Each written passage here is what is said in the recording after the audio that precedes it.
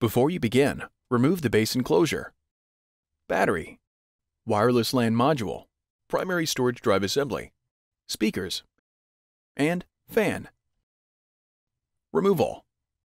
Using minimal force, lift the locking bar up on the display panel ZIF connector and disconnect the display panel cable from the system board.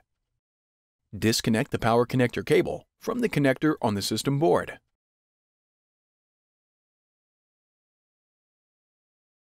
Using minimal force, lift the locking bar up on the keyboard backlight ZIF connector and disconnect the keyboard backlight ribbon cable from the system board. Using minimal force, lift the locking bar up on the keyboard ZIF connector and disconnect the keyboard ribbon cable from the system board. Using minimal force, lift the locking bar up on the touchpad button board ZIF connector and disconnect the touchpad button board ribbon cable from the system board. Using minimal force, lift the locking bar up on the card reader board ZIF connector and disconnect the card reader board ribbon cable from the card reader board.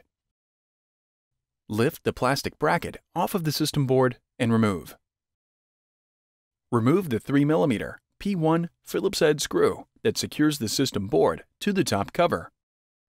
Remove the 4 2mm P1 Phillips broadhead screws that secure the system board to the top cover.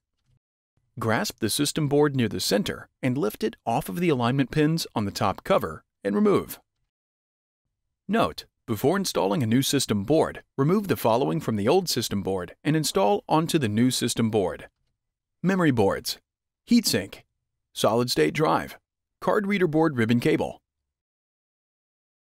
Reverse this procedure to install the system board.